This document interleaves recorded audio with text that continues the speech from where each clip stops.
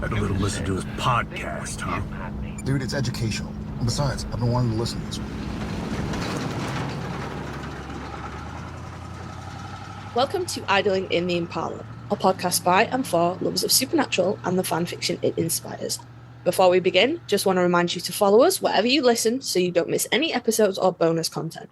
If you love what we do and want an easy way to show your support, please consider leaving us a positive, all the stars rating on your favourite listening platform. It helps SPN and fanfic lovers find us and share in the fun. I'm Kasey. I'm Sandra. We psyched you out again because I know you're thinking, oh, we doing an interview? No, people. We're doing a Tags and Tropes. So we are going to tackle a tag or trope in fan fiction today. We're going to break down some stats. We're going to share overall thoughts, whether it's a give or a hard pass for us, and discuss a couple of fics, more than a couple, sorry, Kasey, that are prime examples of the tag or trope in action. I know, but I gave you more than a couple. So that was the problem this go round. Because as usual, I could not make a decision as to which fic I thought best represented, because this is kind of a weird one, guys. This one covers a lot of areas. It's Metafic and Self-Insert, and they kind of go hand in hand, but then are kind of can be separated. And I think we want to specify there that self-insert is different from reader insert, I think. Yeah, very, very different. We'll talk about it a little bit more too. There's a whole document I haven't read, guys. But they can they intersect very easily. And actually, yes. I think most of the things that I gave as examples are really all just metafic, because even though I know I've read self-insert before, I can't find them anymore. Would my also dreams because what? Sorry, I'm just carried on talking right over you there. Oh, what do you mean? No, you didn't even know.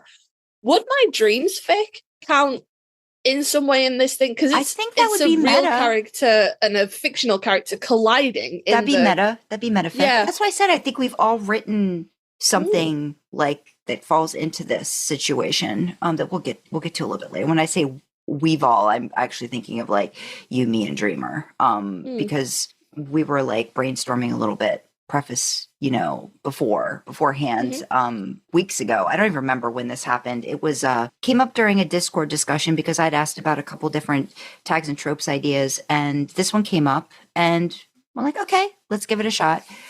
I do want to say that even though I don't think this is necessarily going to get into very kinky territory, or you never know, we always like to preface our tags and tropes episodes with, we try to follow the "your kink is not my kink and that's okay" motto. We may interject our personal squicks about any given tag or trope, but it's in no way meant to yuck anybody's yum.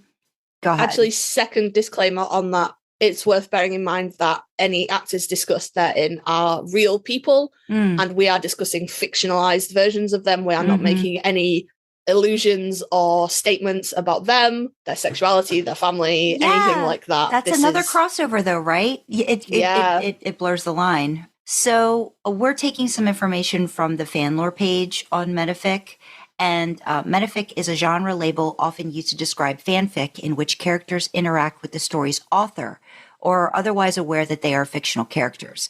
It is a fanfic-specific variation on metafiction, and says a term in literary criticism for fiction that refers to the conventions of fictional writing. I don't know about you, but I don't even really remember learning or understanding what the term meta was until I distinctly remember, so weird, talking to my boss one day. I think it was like 2016 or 15 or something. And she kind of used the term meta. And I was like, what does that mean? And how would you describe it when you say meta? Oh, now you're... now you're fucking asking, because I know what it means, but I can't. It's very difficult to articulate, isn't it? It's because I use the expression, it's getting very meta in here. It's kind of almost like life imitates art, or art imitates life, kind of thing. Like where your two worlds collide, like maybe you've written something and then it happens to you. Yeah. Kind of thing. I mean, it is. Let's get an actual dictionary definition of it. Okay. So from Oxford Languages, meta is an adjective, and it means of a creative work referring to itself or to the conventions of its genre. Self-referential. The Enterprise is inherently meta since it doesn't review movies, for example, it reviews the reviewers who review movies. Basically, okay, we want to make your head hurt. Basically, that's what the understanding of meta is. Is this weird thing of like circling back onto yourself, this kind of like weird loop of like you were saying, what affects what, chicken or the egg kind of a situation, self-referential. I know that Supernatural on the show did this kind of like, I don't know if you'd say groundbreaking, but I think the way that they kind of like were able to continue to use it and intersperse it and kind of pepper it in here and there to kind of make you remember that there was actually some literary, piece within the show that kind of also referenced other things that were happening in real life about the show, about people that watch the show and all of these things. So they had this sort of like, I keep thinking Inception in a way, like this, like just layers of it that, one thing continues to affect the other and refers back and stuff like that. But it was actually, I thought, like pretty interesting. Like my issues with Becky aside, the whole kind of plot of, hey, our lives are a book that's being written by, why is somebody writing about our lives? Why is somebody reading about our lives? But the fact that it was like, what was coming first? Was Chuck writing things that were happening to Sam and Dean, or were things happening to Sam and Dean that Chuck was then writing about, And that's still open to interpretation, right? Like you could still go back and like, because of how they continue to write and continue to go on with the show and their plot lines and everything, that's still up for debate. And people can still kind of like, take that to mean lots of different things if you go back and look at a lot of the episodes that I think first introduced Chuck. But yeah. And then of course, one of my favorites, which is I'm reading about myself, sitting in a laundromat, reading about myself. My head hurts. Yeah. I can't see your face, but those are definitely your pensive and brooding shoulders. Yeah. I don't know if those are the adjectives. No, but that's a really great scene. But yeah, it's very, or like even like when I think Dean was literally like reading Route 666, like in like in bed on the motel bed. And like Sam's behind him, like on like whatever like 1000th page of whatever like fanfic net thing place he found. Yeah. And he's talking about like, I didn't find it. AJ found it. Yeah, AJ found it. But it's one of those things that you really like if you take a step back, it makes your head hurt. So I think the main thing too is not to get too meta about this. But do you think that storyline was put in there because the fan fiction community around SPN was exploding and they were like, oh, there's storylines here? I mean, that's a question, right? Because I also think that we've talked about this before. The fandom, I think, very early on became very influential in how the story progressed or plotted or character direction and stuff. It's a very interesting case with Supernatural. I think it's one of the reasons why it's still something people continue to talk about in a lot of different ways when it comes to pop culture. And, it's how long, even though I think it's still very cultish. Like if you don't know about it, people might have vaguely heard of it, but I really don't think it's known about I didn't know about it 5 years ago. I had really no clue. And it'd already been around for almost 14 years at that point. So it's like, it's one of those things that you might have heard of it, but you don't really understand the reference. And then once you understand it, you can't get back out. Like I would love to eventually never unknow. You could never unknow it.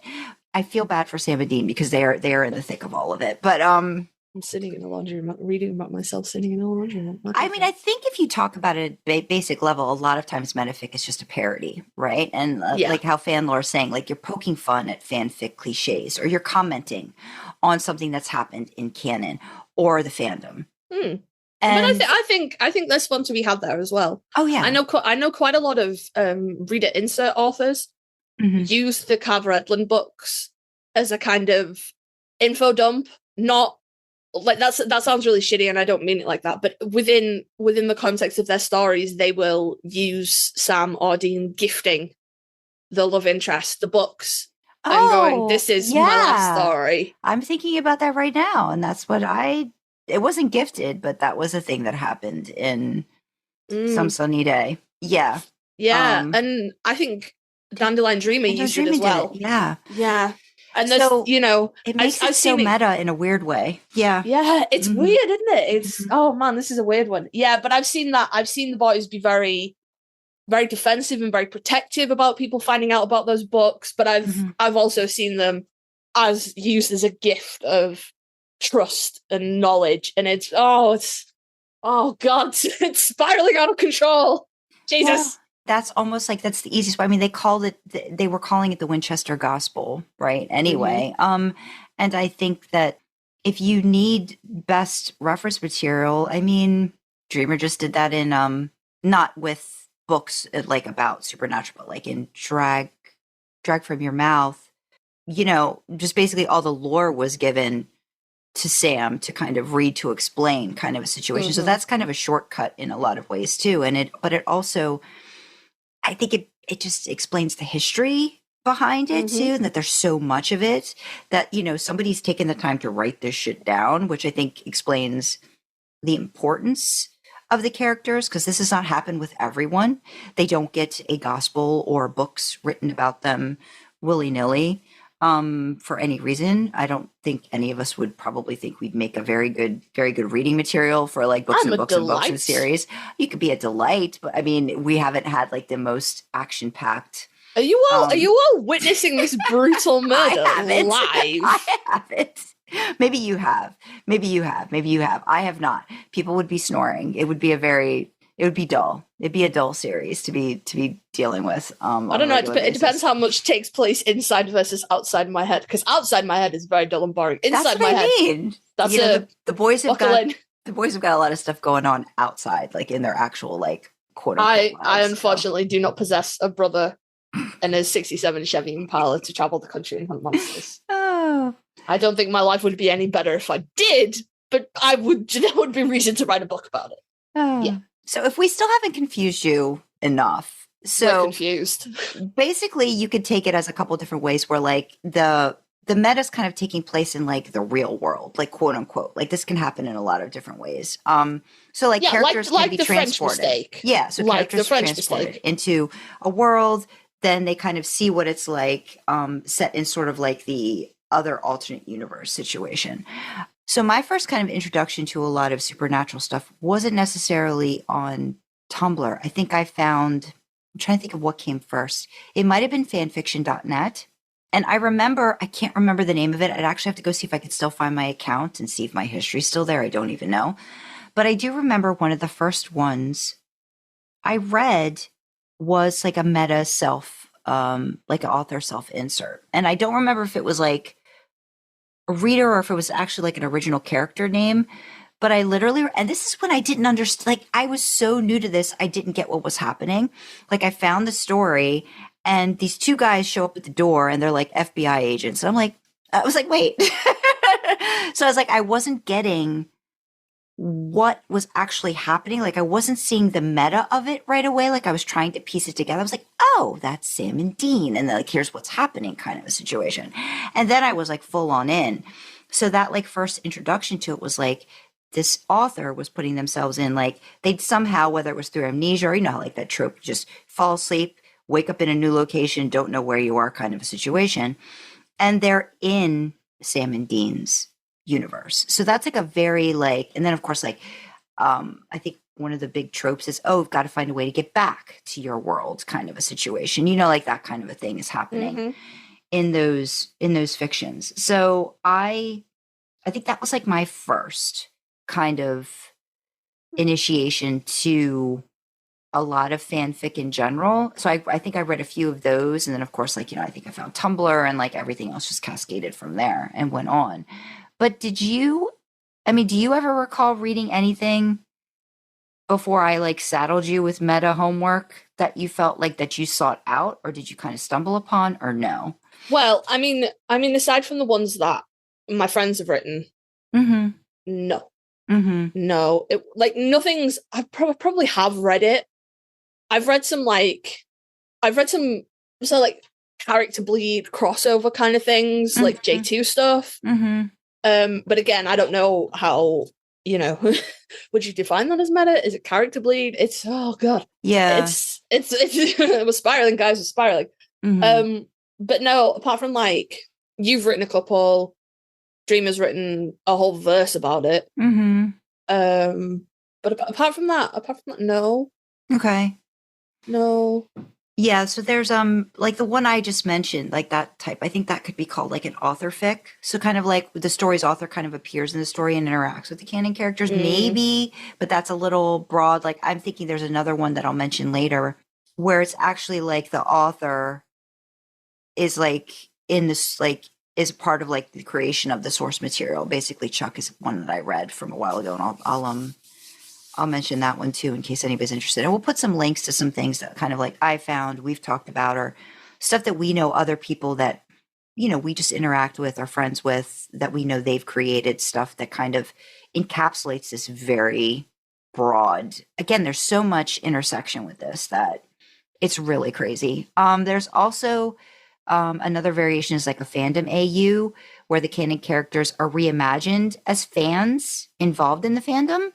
So I think I did something like this. This can involve characters as fan work creators or fans attending conventions. The fandom AU is different to fourth wall breaking stories where canon characters become aware of fandom. Yeah, I think you did this. I think I did a combo. Yeah, I think I did that. But you've also written a more traditional quote unquote metafic. Only in your dreams.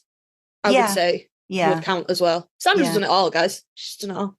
Yeah, I didn't even remember that one. That's right. I have done that one. Okay, yeah. Can I tell you, the only reason that's in my head is because I was compiling things for something last night, and I saw that, and I was like, I was getting authors and titles, and it was before you were putting the author and title in the AO3 summary. I had to click into it to find out who it was by. And I was like, oh shit, this is a really good one that Sandra wrote. Fuck. And I did feel bad for not remembering it. No. I mean, if I don't even remember, don't feel bad. Because like, oh yeah, okay, I remember, because it's been a good 3 years ago, I think, almost, that we did that. That was one Sandra wrote that featured Jared and Jensen and Sam and Dean, and also kind of the author, but not the author as Sandra, because it was like a gift fic. But it did feature a real life friend of the podcast. Miss Audubon had and mentioned it, and we were like, yeah, sure, let's write a fic about that. So we did a thing. I'm not gonna lie, I'm very glad that Sandra volunteered to write that, because there were a lot of characters to keep track of. There was Jared and Jensen and their families, and Sam and Dean, and then Miss Audubon and her family. There was fucking loads, and I remember talking. This was like years ago, and I was like, I don't plot. I just, you know, back when I was still. Now I'm still pretentious. I haven't changed, but I've just grudgingly accepted that I do plot now. But I was like, I couldn't keep track of all these characters, Sandra. Yeah. Oh my god, there's just so many. It's a cute little story, though. It's basically a real nice story. We'll link it. It's based on it. It's just based on a dream that Miss Audubon had. There's a boat and a car, and there's a shootout at one point. And kind of either Jensen or Dean gives driving instruction. It's real good. Yeah. I'll read that again. But I think I made a comment in the notes. Like I went, OMG, the meta of Supernatural in the TV show needs its own episode, but I'm so curious as to how soon the fan fiction got meta. Yeah. So there's some examples of metafic in the fan lore page. And I mean, they go back 2007. I mean, one of them 2007, and it's a non-AU J2 metafic in which Jared discovers J2 filk. Can somebody help me? What is that? What is J2 filk? Hang on, there's a whole friends I'd like to kill. Oh, okay. No, it's not. I wouldn't be surprised, but yeah, okay. It's a musical culture genre. Oh. Science fiction folk music. Okay. And the word filk comes from a typo from folk. But also, I like Friends I'd Like to Kill. Okay. So no, it's not. It's a musical thing. Okay. Kind of. Okay.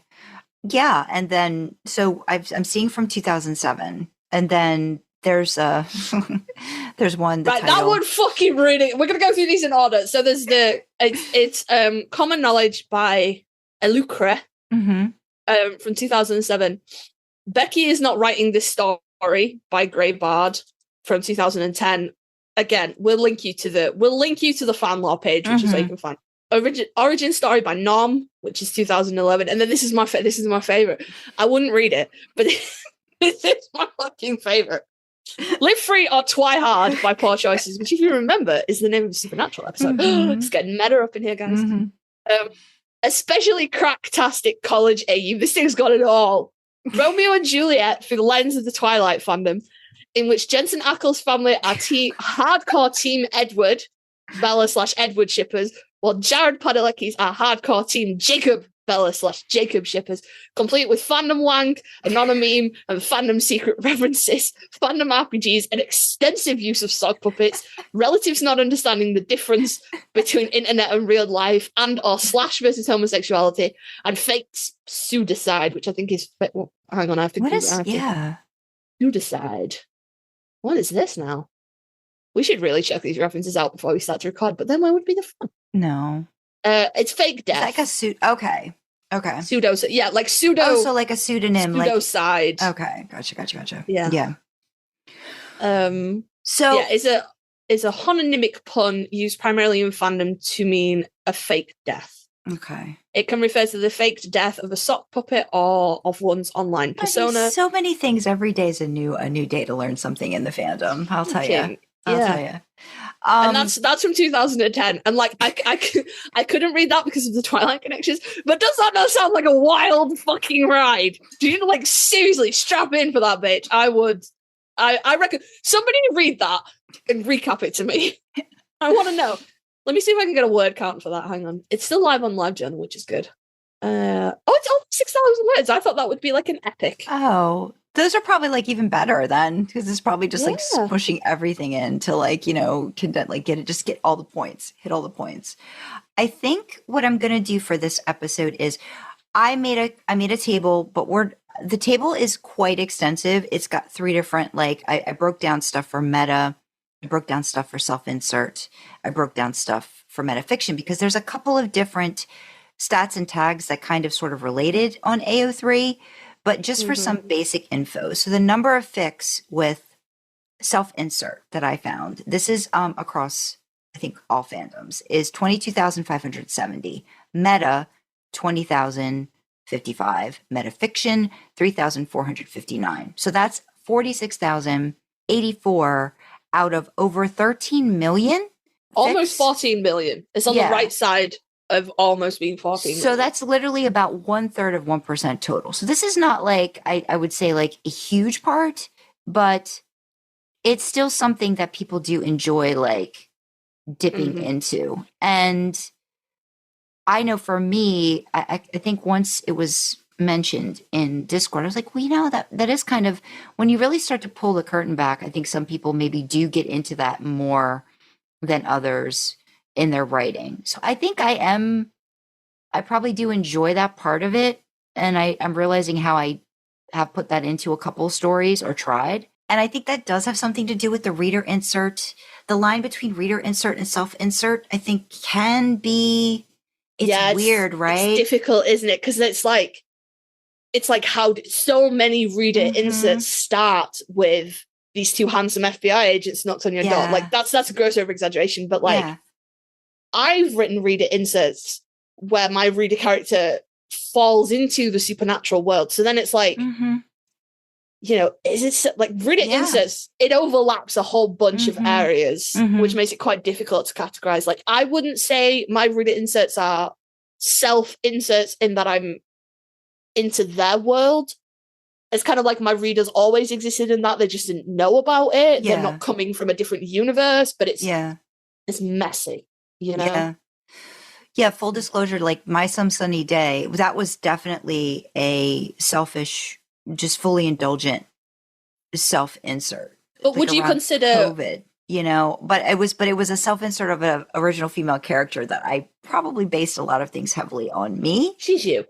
Yeah. She's me. No, but would you say Julie always existed in the same universe as Sam and Dean, but just didn't know about it until the events of the story? Yeah. Yeah, so then I wouldn't call that a self-insert. Okay. I would say that's a, like weird, an original. Though. It's like, to me, I'm still thinking you could lawyer that a while and kind of like come up with different things. But yeah, I think we have got to definitely at some point. It's open for interpretation, I think. Because I'm thinking Dandelion Dreamer's Rookie series. Mm-hmm.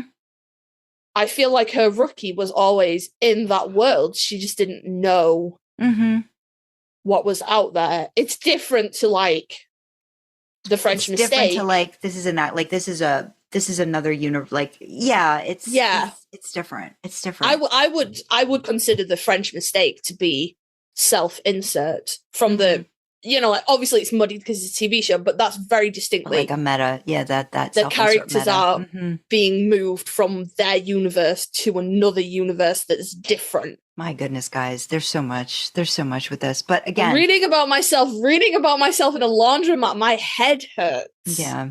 So normally what we would do is we would take turns reading, but I'm not going to do this to you because this is just a lot of information. But there's a breakdown. I made a breakdown of the supernatural fandom fics that include self-insert, meta, and metafiction in the tags. So I'll just read that, like, there were so supernatural at time, this is when I did my research back on like November 19th. There were about 297,256 total fics, just supernatural. And the self-insert, meta, and metafiction tags only equaled about 1,163. And then Supernatural RPF, 23,156 total fics. And there were only 91 that had either self-insert, meta, and metafiction. So even though it's very kind of niche-y, it's still such a big part of, I think, Supernatural's lore in general that I think it's just worth exploring. And I think you can tell people are doing that in very interesting ways. So there'll be a table. I'll link this document. We'll clean it up. I'll clean up the document a little bit and then I'll link it. But basically, we break down the usual where we go into what are the ratings, what are the warnings, categories, characters, relationships, and additional tags. I don't know if there's anything of like exceptional interest to mention in any of the tables. I'm looking through them again right now. No.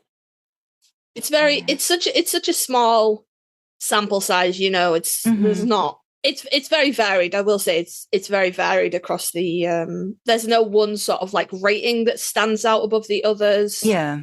You know, there's a little bit of everything in the warnings, a little bit of everything in the, it's a click on the document and peruse for yourself, I think. Yeah. Would be the advice there. In terms of like the reads that I picked out. So I picked out like 4, and they either ended up being Wincest or I found a couple of Destiel ones too. So, Kasey, which ones did you just read? The ones in green that I had? No, I opened them all. Oh, I opened them all. Okay. And then I read the complete works of DW 1967, and I read the end. Okay. Which I didn't realize until I read it is actually part of a series that I have read in its entirety. Really? I do not recommend you read it. Okay. Don't. I love you, and I don't think you'll have a good time with it. No, I didn't think I would just by reading the fic, because I was like, there's a lot going on here. There's a major character death and stuff in the end by Petrichor Perfume.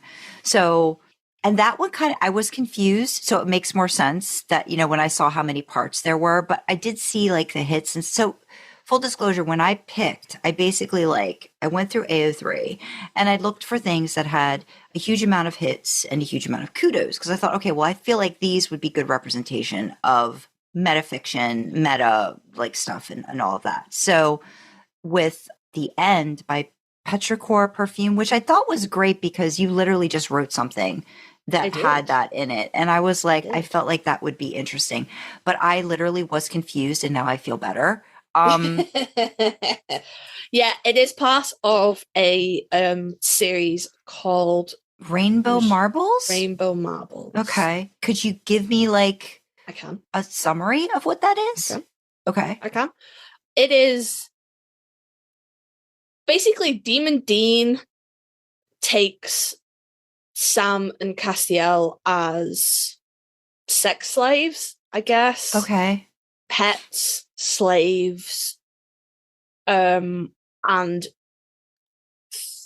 over a period of time. Because they are broken in this. Breaks them down completely. And it touches on a lot of subjects, including like forced infantilism, pet play, non-con.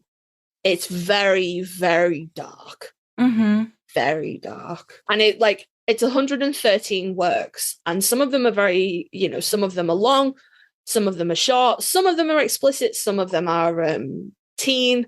It's like a sword of Damocles.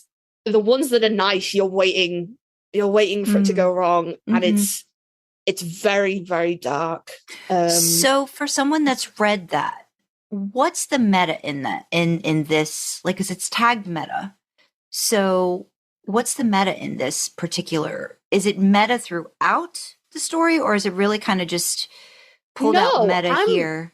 I'm not gonna lie.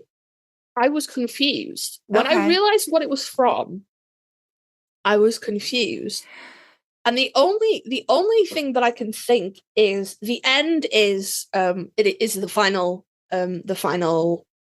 installment of this series. And it's 5 chapters that all end the series in different ways. It's kind of like choose your own adventure. And the only thing I can think is one of those endings features Sam finding out that he had been the victim of a djinn, and that it was all like a djinn dream. That's the only thing I could think that would qualify as being meta, because the series itself was very much not meta. Right. In any capacity. It was very firmly rooted in the fiction of the, there was no kind of like overlap. Right.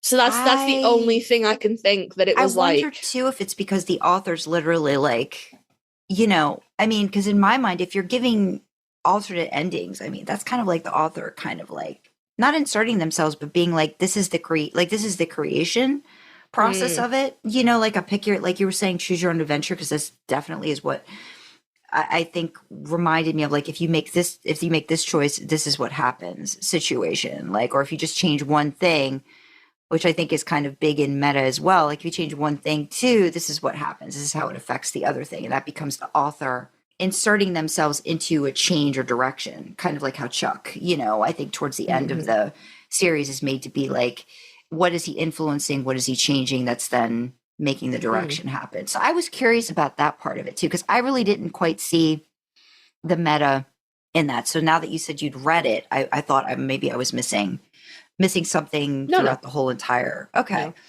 No. It could be the djinn ending. It could be the very dint of the fact that the author is giving you different options and going, it's one of them, maybe, you don't know. But it is like, if you like stuff dark, if you like abuse, it's excellently well written. I read it all. It's excellently well written, but you have to have a certain kind of stomach for it. And if you have that stomach, I would recommend. But Sandra, I wouldn't. Oh no! As soon as I started reading it and I could tell the themes that were going on, I was like, whatever this is not for me. So and again, not to say anything about the author or the work, it's just I definitely knew this was not going to be like your kink is not my kink, and that's okay. Like this was one of those things that I probably would not go back and read any of the other previous works of this particular. And I'm guessing this author is just darker. Have you read other things by? I don't think I have read anything else by them. I'm just going to look real quick and see if they've got a lot of stuff. But most of this stuff, stuff. SPN. So at least 100, and some of those is rainbow. Oh, political RP? Wow. Okay. There's a political RPF in there. Just clicked on that one. But no, there's actually, there's some teen stuff too, but there's still I think some of the warnings, you'd still have to, the themes are probably still very dark. They seem to, just looking sort of briefly through, they do seem to favor some Destiel as well. So that's so I feel like I'm going, be aware, but I'm not. It's just that seems to be a pairing that they favor. But Rainbow Marbles is Sam, isn't there as well? Okay.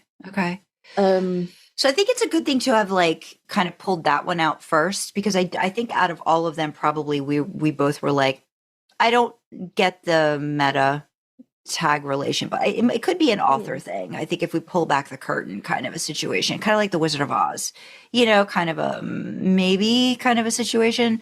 Like this is like pulling the strings and then what do I decide is going to happen next kind of a situation. But so you said you did read The Complete Works of D.W. 1967? I read that one as well. Yes. That's by... And the other two were really long. Well, the other... I suppose the other four, because there was the Jensen Mistake, It's Just Research, the Winchester Revision, and Strangers in Fiction. They were all really long. Yeah. Well, the one thing about, so like The Complete Works of D.W. 1967, it's by Violu.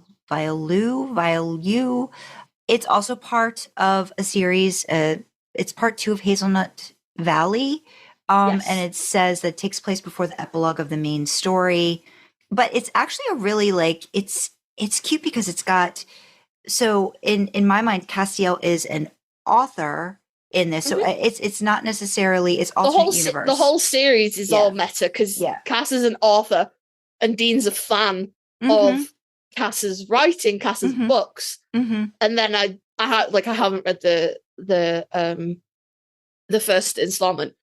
But it seems like they kind of they get together and it's very meta right from the off, and then the sequel, The Complete Works, is basically Castiel. It's even deeper into the meta. Castiel finds Dean's fan fiction, goes down the rabbit hole, and I think it was very interesting because in the story they make a comment you're usually told when you're an author, don't go looking for, if fan fiction is written about your stuff, don't go looking for it, don't go looking into it, because sometimes you could actually be influenced by, an idea or a story or something, then be like, well, then what do you do with it? You can't, then are you plagiarizing somebody who's using your IP for another idea? And then messy. For this one, it's basically, it's explicit. There's, they're just having fun. I think it's there's a snowstorm or everything's getting ready to shut down. They're going to be stuck together.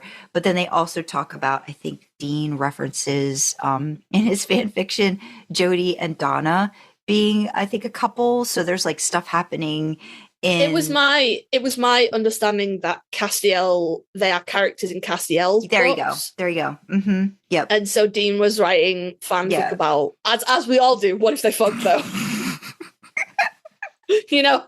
We all watch traditional media and go, that's great and all, but what if they were fucking? So it was fun. And then, Dean and Cass kind of, have, so they're already a couple. What if they just fucked though? That is literally what happened. They have some fun. And it was, I thought it was cute because it was nice. Yeah. Putting Dean in sort of the fanboy scenario of how a lot of us are when we write and what we write about and all that stuff. I thought that was cute.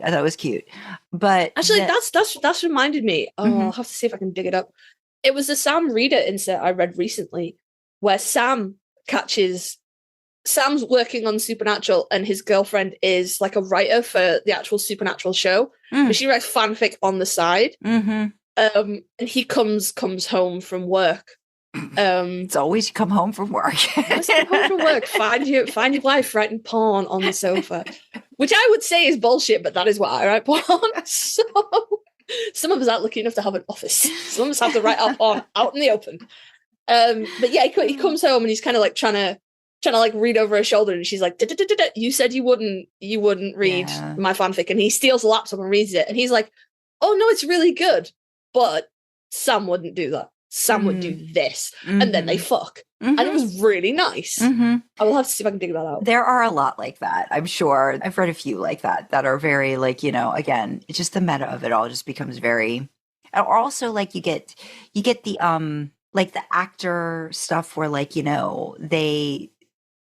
they kind of want Dean comes out quote unquote in character kind of a situation as they're getting ready to get there's a lot of overlap in this situation. Another one that I read, and forgive me, it's been a couple weeks of craziness for me, but one is called The Jensen Mistake by Felshish. And the summary of it is reverse French mistake. Jensen Ackles travels through the supernatural universe because he hates the season 15 finale and wants to save Dean's life. Okay, fine. And fixed SDL. I actually came across... really, really cute. I came across this this too one... long. I didn't read that one. No. But I came across this one first, actually, through the Destiel anthology podcast, Making It Up As We Go.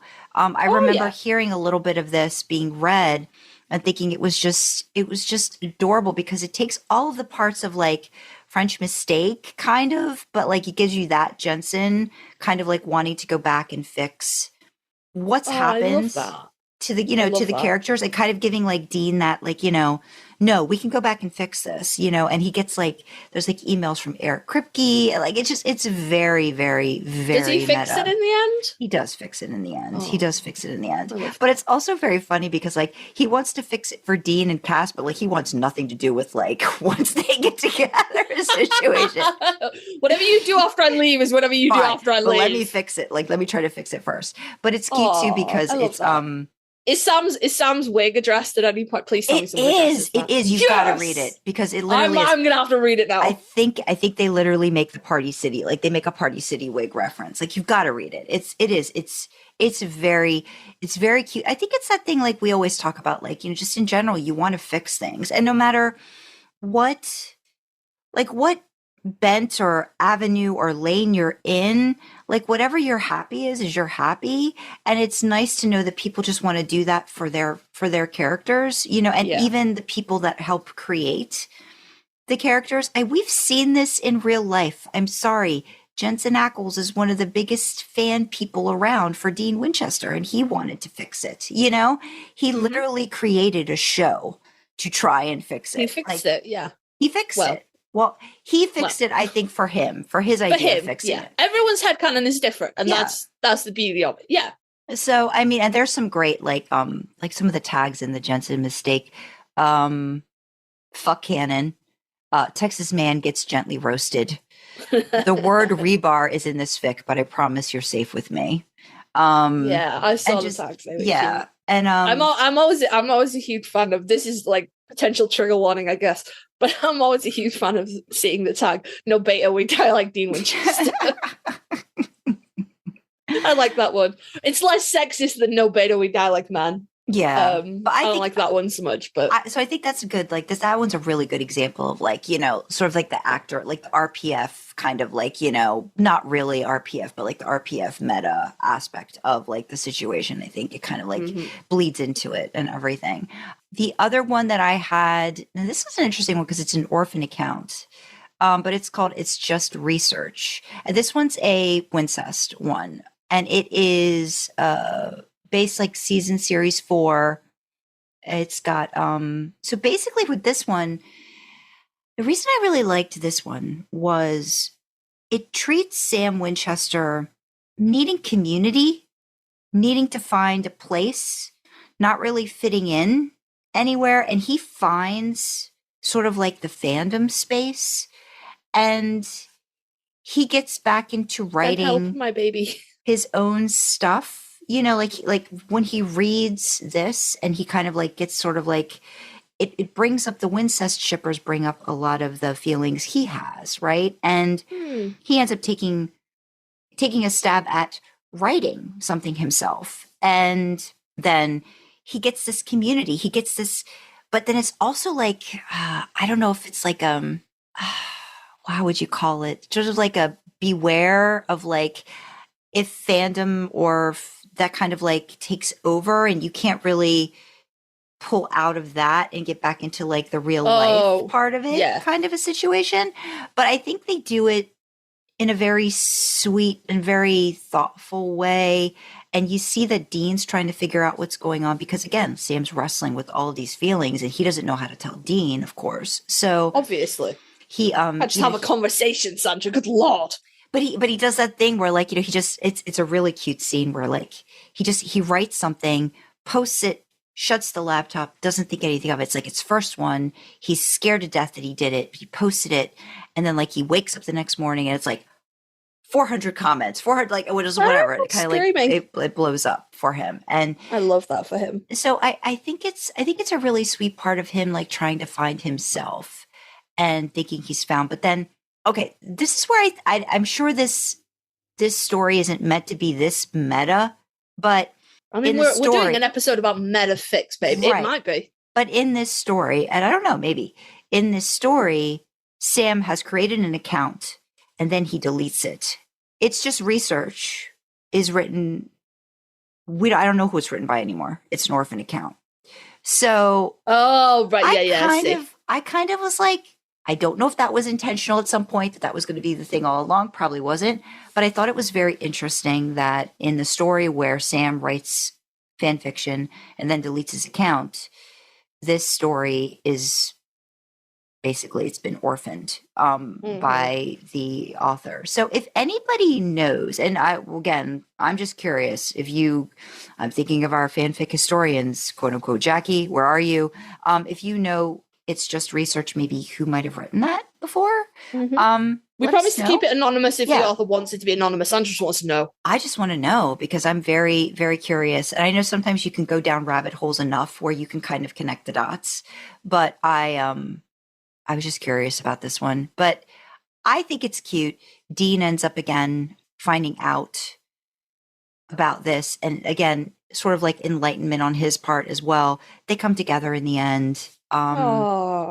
Sam writes Alpha, Beta, Omega fiction in this. So that becomes like his thing that he really likes. And yeah, I think this is a good indication of like, the metafic part of it. But the one I think, and I know you did get a chance to read it. It's huge. I think we saved it for another one anyway, because we have, and I don't know if this is the same one we're talking about, but I'm talking about Stranger Than Fiction. It's huge. It's like 50K, man. Yeah. It's huge. It's Wincest Meta. It's by Nixosity. Depending on when this is coming out, I couldn't tell you. I'm not looking at my schedule right now, but you either will have heard this interview or you will hear this interview at some point with Nixosity. And we do talk about this a little bit more, but this is one where it's Dean's POV this time, where again, it's based around season 4 and it's the introduction of fan fiction, all these things. And the, what the boys get up to. Bitchy face / fans, as in Sam / Dean with the bitchiest face known to man. But this one's really interesting, and we get into this, I think, a little bit more with Nix, where Dean's very affronted by the fact that he doesn't understand why he's the bottom. Why he's the bottom, yeah. In these stories. And that became a whole like topic of discussion. Like, because again, we not knowing like the full history of the fandom, not having been in it, from the very beginning. That was such a great conversation with Nix about how those things came about and how it's flipped and how it's changed and how it's like, something that was kind of like maybe like just, this just happens all the time. Like where we just assume it's like, it wasn't necessarily always. It's so, I hope you get a chance to listen to it whenever it comes out, if it's come out or if it's going to come out. But yeah, this one was great though too. And just stellar. And Nix puts herself in it, like as one of the authors. It's got so many levels of meta. I highly recommend it if you enjoy Wincest and you like meta, you will be in for this full, totally, 100%. I can't recommend that one enough. That one was great. But yeah, I think those were like my picks, more of like really like the meta end of it, where I felt like it involved characters or I think I prefer. Like I only read those two because I didn't manage my time properly. But I've read Only in My Dreams. Sandra, I don't know if it's still up in AO3 or she's taken it down, but very briefly had a crack fic that was pretty meta. It's still there. I never did anything with it. You never finished. Yeah, I might. I might finish it at some point. But I think we basically put us in it, in a like. So I think the premise of that one was like, was it Jared and Jensen or was it Sam and Dean? I think it was Jared and Jensen. I think it was at a con. Yeah, but Dean ends up going back to like the alternate universe where Jared and Jensen are having their convention, and then Sam follows him in. And so it was like Sam and Dean sort of getting to experience because for me, the big thing about, I think the one thing I kind of wanted to explore in that series was I wanted the boys to appreciate the fact that they're seen as heroes more, by the outside, not even the outside world, people within their universe, that were reading the books, how they needed that mirror back, right? Like to be praised for what they did. And I kind of, I think this was around the time of like the ending of, it was the ending of the show. And the ending of the show. Like the alternate universe aspect of it, I thought was very interesting that they, of course, didn't really like think about a lot, because that just opens it up even more. All the different Sam and Deans and all the different ways their stories ended and stuff like that. And I thought that was interesting. So I might go back. It definitely, I think that was my most crackish stuff. That was really funny. You should go back. You should do something with that. Yeah. But I know you even better now, and I can write you even better in there. Get me even better in there. But that was a million years ago. And then there's like, I suppose you could call our silly I Winchester manual meta as well. Yeah, you could. We had plans for that. Sandra started. We had plans for that. But see, the thing for me is I like in universe fics like this. So like Stranger Than Fiction, the complete works of DW 1967. They address the fan fiction issue, but it's in universe. Mm-hmm.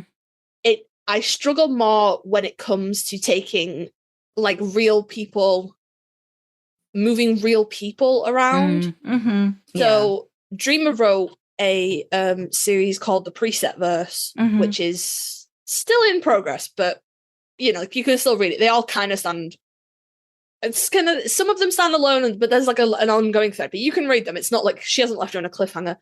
And that features Dean kind of like finding Jensen, and they fuck, and then Jared comes into it, and then Sam comes into it, and it becomes this whole kind of, there's like this kind of relationship would you call that?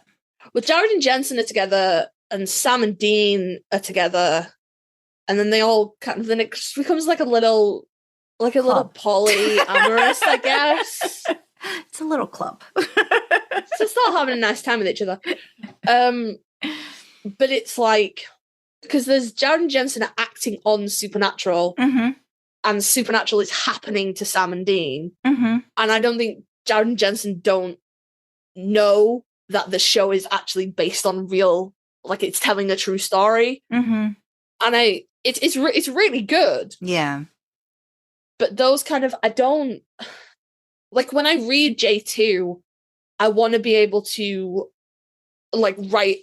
check the mark in my head that says this is completely fictional. Gotcha. And these are completely fictionalized versions of Jared and Jensen. Yeah. When you start playing with the real world, the meta part of it, when it gets into RPF, I think kind of, I can see that. I find it quite difficult. Like I said, I'm not sure if my fic Dreams, which is only one chapter at the moment, but there will be a second. There will. It's in the works. I don't know if that kind of comes under meta, because we're with Jensen in the real world, but there's kind of like Demon Dean in his head, but it's kind of character bleed. Yeah. But I really love the idea of it, but from my perspective, I was coming at it from a character bleed perspective. And I remember putting a disclaimer on that fic that I was like, this is a completely fictionalized version of Jensen Ackles. This is the most fictional thing I've ever written. This is in no way meant to represent Jensen, his life, his family, his sexuality, anything, I claim no knowledge of what filming season 10 was like, because it did. See, I liked the idea of exploring that more than it gave me pause. But when you bring these real people into these fictional situations like this, it does give me pause. I am just vaguely uncomfortable. I like to be able to go, Jared and Jensen, completely AU, no relation to Jared and Jensen. That makes sense. Yeah. Because I always I don't know, man. I know for a fact that neither of them go on AO3 because they've been lectured better.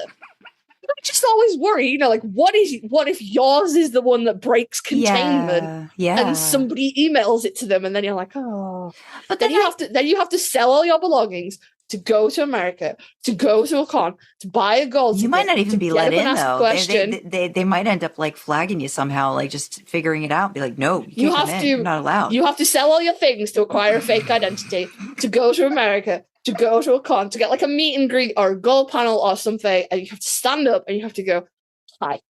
It has brought to my attention that you read this. And that was mine. And I just want to say, I'm very sorry. And you've like ruined your life. Your family's bankrupt and living in a cardboard box. I worry about that. What if yours is the one that breaks containment? I think if you pull it back at the end, you're really just basically like what you're starting with is just like, how does playing a character affect an actor? If you just do it at the very base level, like, and I think that part of it is, and then you go into some other things with it, but it's still, I think it's like you said, a character bleed. That's interesting. We might have to poke around a little bit more and just see, because like I said, this whole thing is so complicated, and I'd love to know what people think of this topic, and like if they do have some, meta fics that they absolutely love and adore, and why.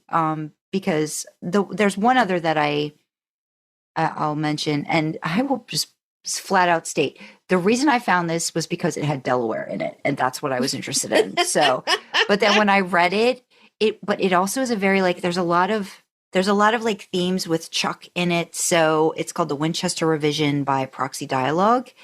It's not like, to me, it didn't feel like the happiest of endings, but so it was like a recently deified Chuck dying in Italy decides to revise the story of Sam and Dean and Cass to give it the fairy tale ending it deserves as a last hurrah before he goes.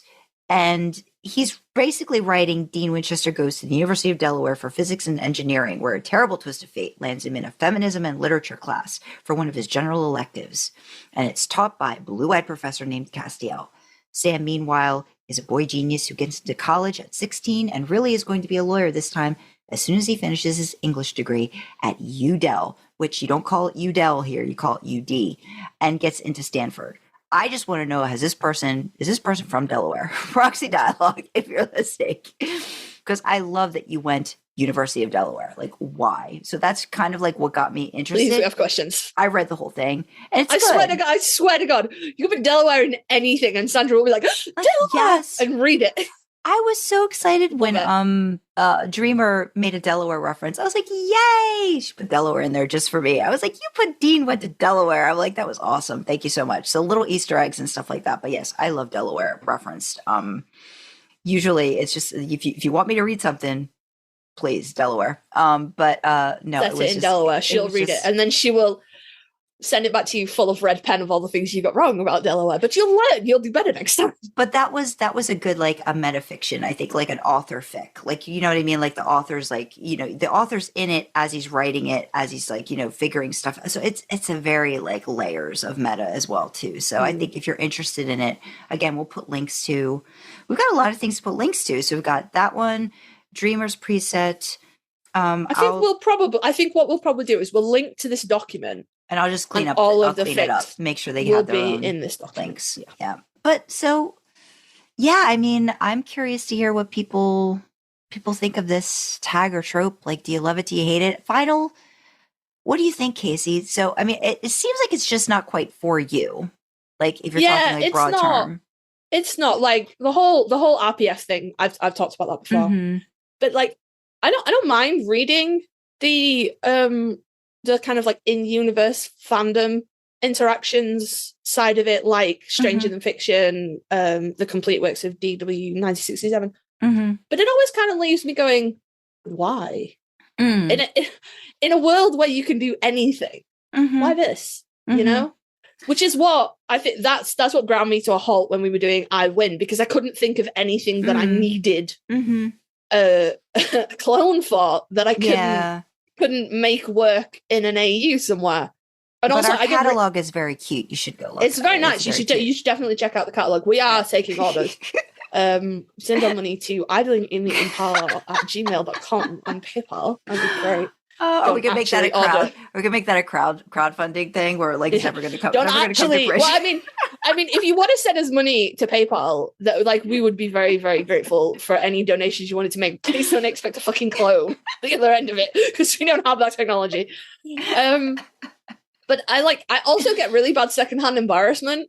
Like I get really bad secondhand cringe. So I'm always like, if I'm reading those fandom ones, I'm always waiting for like the, oh God. Because I always put myself in that, like, how would I feel? Yeah.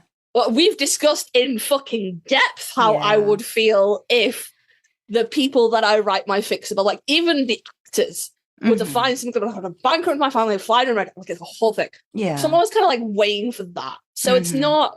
The thing is, this is my Omegaverse. This is my, like, you know, I'm glad other people get something out of it. I think there's some really great stuff out there, but it just doesn't grab me. And that's totally fine. What about you, Sandra? You seem more into it. I'm more interested in the way people, I think, use it sometimes. Like I said, for me, the fact that I gravitated immediately to, like, one of my first ones was basically like finding the reader or the character finding themselves in the universe obviously was something, you know, that I thought was interesting and kind of like meta about that situation that I think I liked. And so I think for me, it's more figuring out that line between self-insert and reader insert, because for me, it's very shady. Just depending. So I think that's why I kind of gravitate towards it a little bit more. And I've literally read, like when you get into self-insert, like I've read people stating, look, this is me in this situation, in this, like I've put myself in here. Like this is a thing that I've done. And there's nothing wrong with that. No, I think it's a fun way to really explore like what your what ifs are and just going balls to the wall with it. I think that's great. I think whatever people enjoy writing, continue to write, and I think somebody will find it that really does enjoy it. I think there's so much out there, but yeah, I think I'm more interested. I think I might like take a look at some of the examples in the document from Fan Lore.